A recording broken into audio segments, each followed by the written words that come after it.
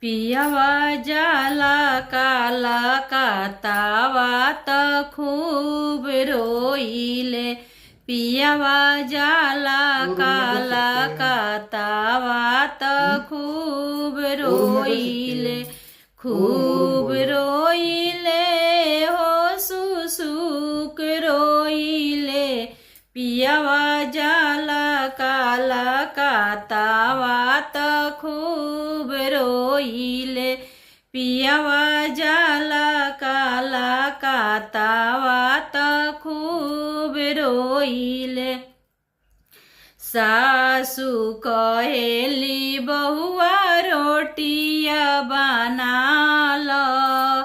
सासु कहेली बहुआ रोटिया बनाल।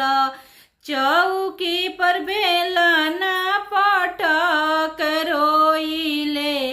पियवा जाला काला का तावा त खूब रोइले। पियवा जाला काला का तावा त खूब रोइले। खूब रोइले हो सुसुक रोइले। पियवा जाला काला का तावा त खूब रोइले। पियवा जाला काला का तावा त खूब रोइले।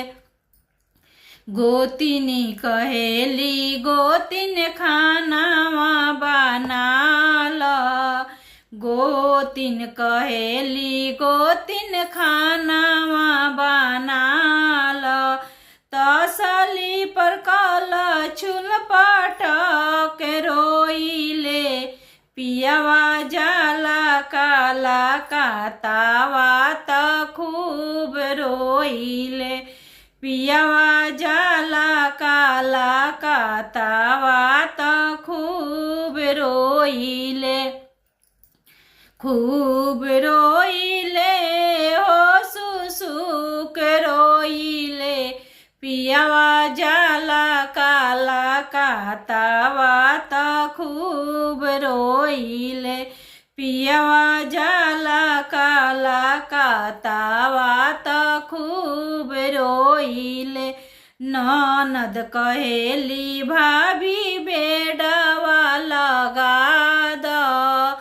ननद कहेली भाभी बेडवा लगा द।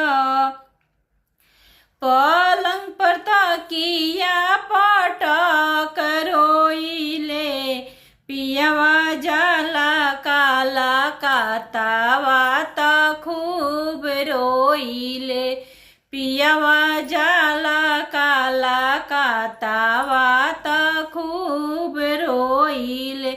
खूब रोइले हो सुसुक रोइले। पियवा जाला काला का तावा त खूब रोइले।